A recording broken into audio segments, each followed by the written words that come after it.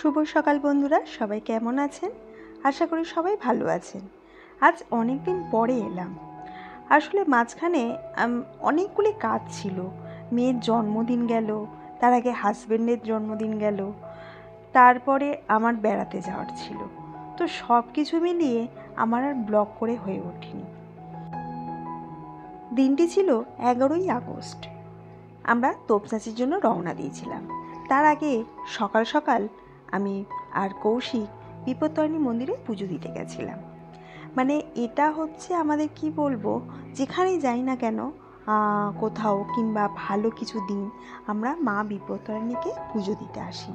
এখানে এলে না মনটা সত্যি অনেক শান্ত হয়ে যায়, অনেক ভালো হয়ে যায়। তাই মায়ের কাছে পুজো দিয়ে আমরা যে কোনো জায়গায় বেরোই এবং কোনো শুভ কাজে যাই। তো মাকে আপনারাও দর্শন করে নিন।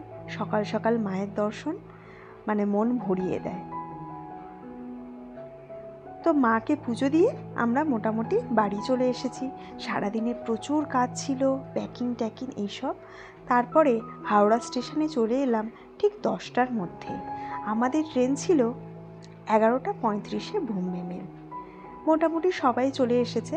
আমাদের 40 জনের একটা টিম ছিল, কিন্তু একজন দিদি হঠাৎ করে শেষ মুহূর্তে যেতে পারেননি, কারণ ওনার মেয়ে অসুস্থ হয়ে পড়েছিলেন, তাই তাকে বোম্বে চলে যেতে হয়েছিল। তো আমরা 39 জন মিলে আর আমার মেয়েকে নিয়ে 40 জন রওনা দিলাম ধানবাদের জন্য। আমরা ধানবাদে নামবো না, প্রথমে নামবো গোমো স্টেশনে। তো মোটামুটি সবাই হাওড়া স্টেশনে 10:30টার মধ্যে এসে গেছে। সবাই অনেক দিন পর দেখা, তাই সবার সাথে আলাপ আলোচনা চলছে।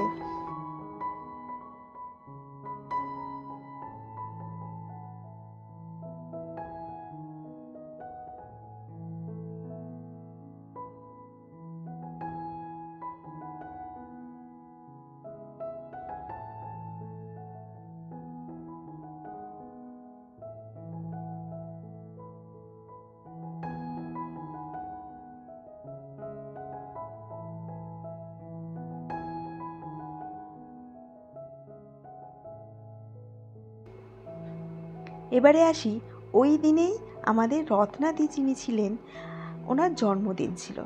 তো আমি একটা কেক বাড়ি থেকেই নিয়ে গেছিলাম, না বানানো নয়।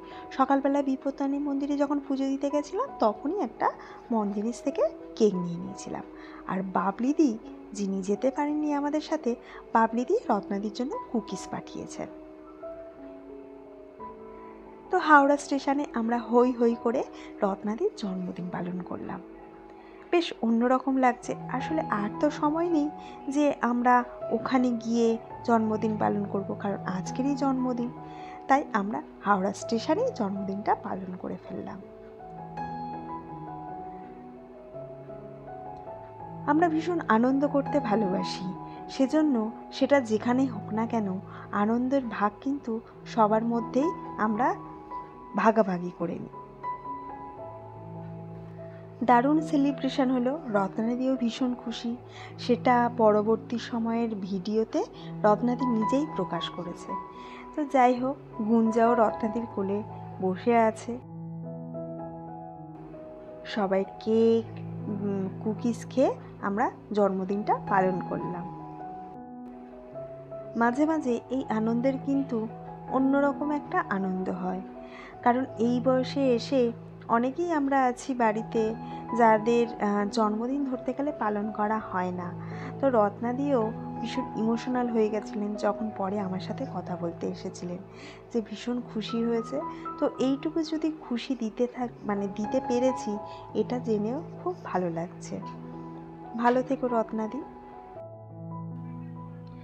জন্মদিন আমাদের ছোট বড় সবার কাছে একটা আনন্দ নিয়ে আসে।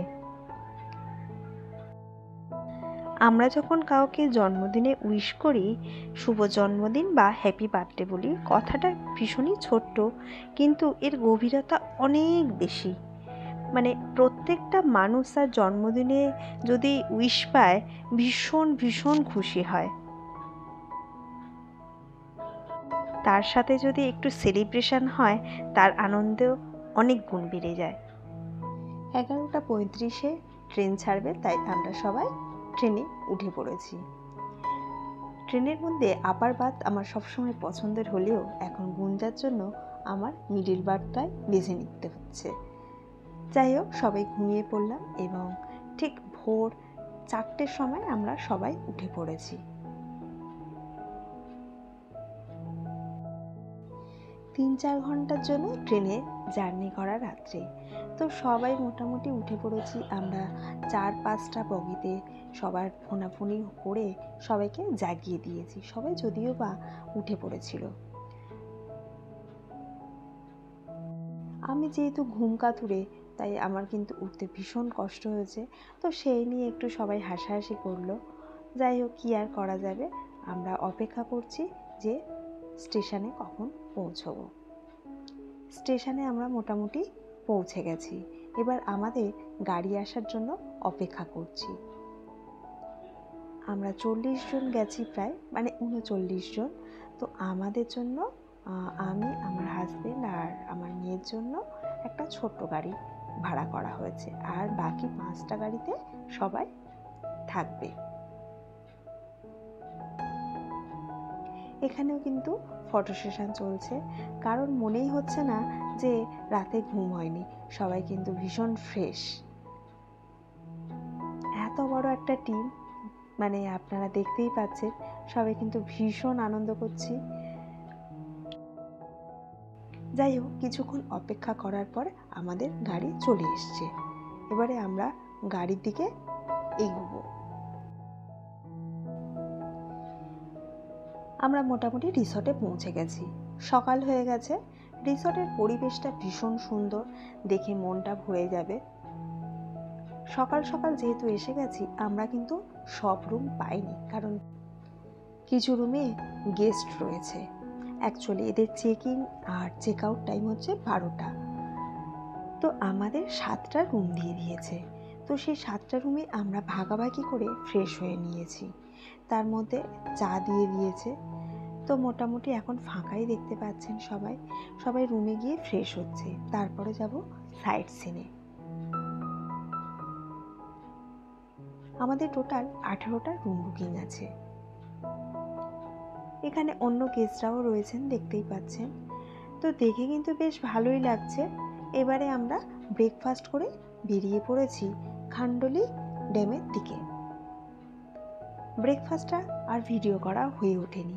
আসলে এখন না সব ভিডিও কভার করা আমার পক্ষে সম্ভব হয়ে উঠছে না, কারণ গুঞ্জা রয়েছে, তো সেজন্য যতটুকু পারছি আমি ভিডিওটা আপনাদেরকে দেখাচ্ছি।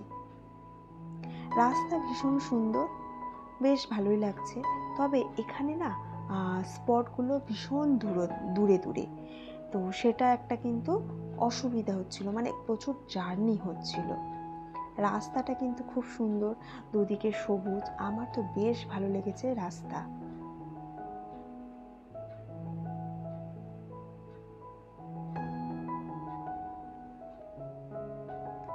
সারা রাত্র প্রায় জেগে তারপরে সাইট সিন করা কিন্তু খুব মুশকিলের কাজ।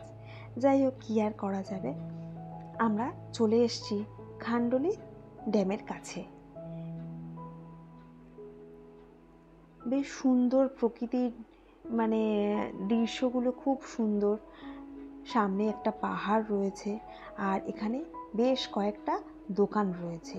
ফুচকা দোকান, কোল্ড ড্রিঙ্কসের দোকান, বিভিন্ন দোকান রয়েছে। আমরা যেহেতু ব্রেকফাস্ট করে এসেছি, তাই আর খাবার দোকানের দিকে সেভাবে আর ঝোঁক নেই। আপনারা তো জানেন কৌশিক এইসব খেতে ভীষণ ভালোবাসে, কিন্তু এই যে ব্রেকফাস্ট করে এসেছি, মেয়েকে নিয়ে ও সামনে সামনে হাঁটছে, আর আমি পিছনে দাঁড়িয়ে একটু ফটোশ্যুট করছি, ভিডিও করছি, যতটুকু পারা যায়, এই আর কি।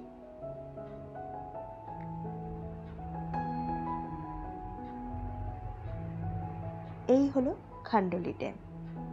ড্যামটা ভীষণ সুন্দর, এখানে বোটিং করা যায়। তো আমরা একটু পরে বোটিং করব। এখানে বোটিংটা একটু দামি মনে হলো। 10 থেকে 15 মিনিট ঘুরিয়েছে, একটা বোটে 590 টাকা করে নিয়েছে।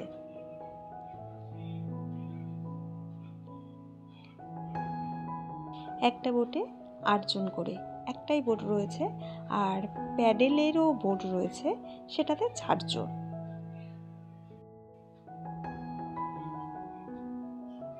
আমরা সবাই এগিয়ে গেলাম বোটিং করার জন্য। সবাই ভীষণ উৎসাহ। রিঙ্কুদি বলছে সিকেবি টুপি পরে এসছে। তো যাই হোক, বেশ ভালোই লাগছে।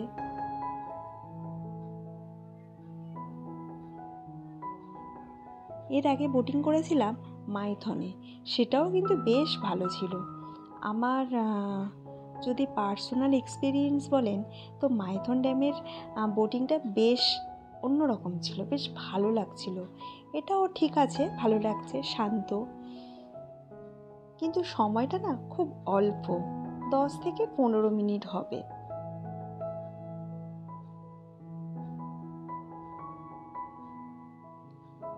বোটিং করার সময় ওখান থেকে লাইফ জ্যাকেট দিয়ে দিয়েছে। আমাদেরগুলো নতুন নতুন লাগছে কেন?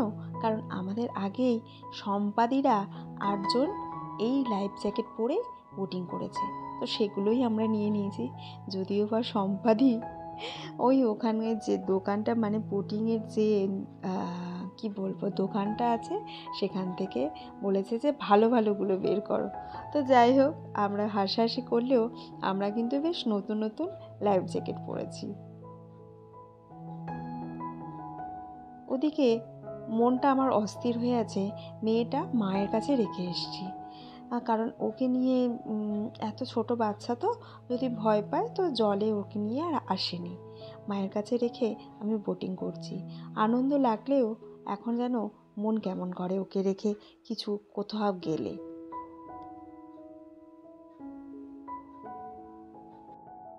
ভিডিওটা দেখতে দেখতে আবার পুরনো অনুরোধটা করে ফেললাম। আমার ভিডিওটা যদি আপনাদের ভালো লেগে থাকে একটা ছোট্ট লাইক দেবেন, আর বেশি ভালো লেগে থাকলে সাবস্ক্রাইব করবেন। খান্ডলি ড্যামের ঠিক উল্টো দিকে রয়েছে খান্ডলি পার্ক, বেশ বড়, কিন্তু ভেতরে ঢোকার সময় হয়নি। বাইরে থেকে একটু ছবি তুলে একটু ভিডিও করে চলে এসেছি। আপনাদের হাতে সময় থাকলে অবশ্যই ঘুরে দেখবেন। খান্ডলি ড্যাম দেখে আমরা এলাম এবারে উশ্রী ফলস দেখতে। অসাধারণ সৌন্দর্য দেখে সবাই মুগ্ধ। বর্ষায় তার রূপ আরও মনোমুগ্ধকর হয়ে উঠেছে। এখানে বেশ কিছুক্ষণ সময় কাটিয়ে এবারে আমরা নিজেদের হোটেলের দিকে রওনা দিয়েছিলাম।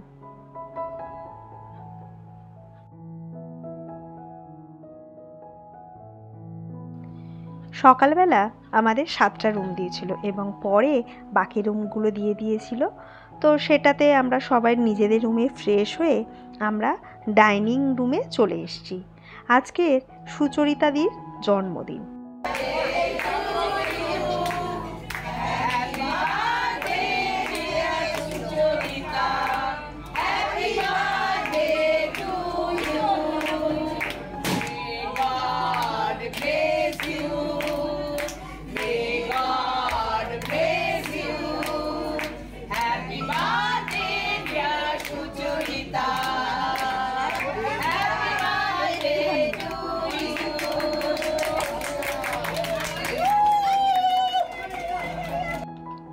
খুব হই হই করে আমরা জন্মদিন পালন করলাম এবং প্রচুর কেক টেক খাওয়া হলো।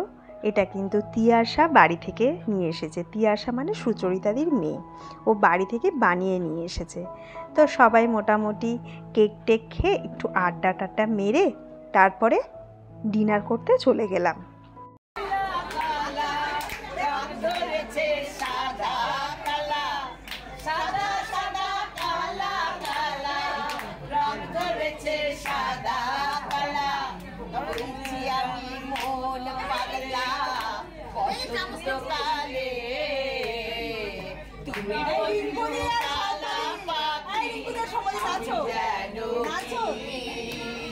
বসন্তকালে তোমায় বলতে পারিনি, তুমি বন্ধু কালা পাখি, আমি যেন কি বসন্তকালে তোমায় বলতে পারিনি। সাদা সাদা কালা কালা, সাদা সাদা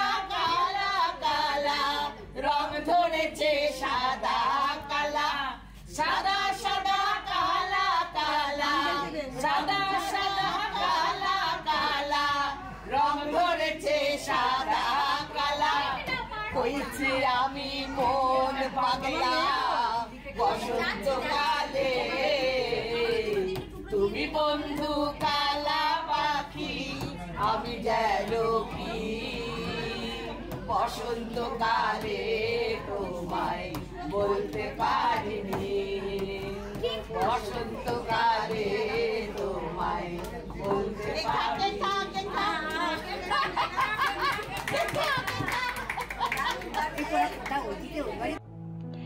ডিনারে রয়েছে জিরা রাইস, পনির বাটার মশলা, চিকেনের একটা আইটেম, নামটা বলেছিল ভুলে গেছি।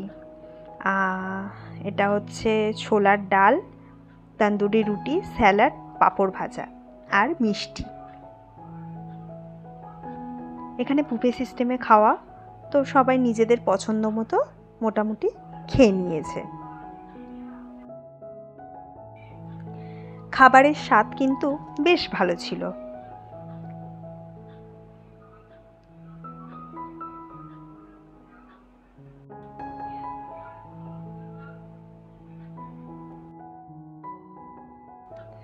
সবাই মোটামুটি রাত্রের ডিনার কমপ্লিট করে ফেললো এবং আমি গুঞ্জাকে খাইয়ে তারপরে খেয়ে নেব বলে আমি গুঞ্জার খাবার নিয়ে চলে গেছিলাম।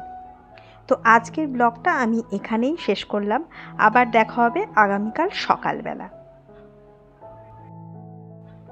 সকাল সকাল উঠে আগামীকাল আমাদের আবার বেরিয়ে পড়তে হবে।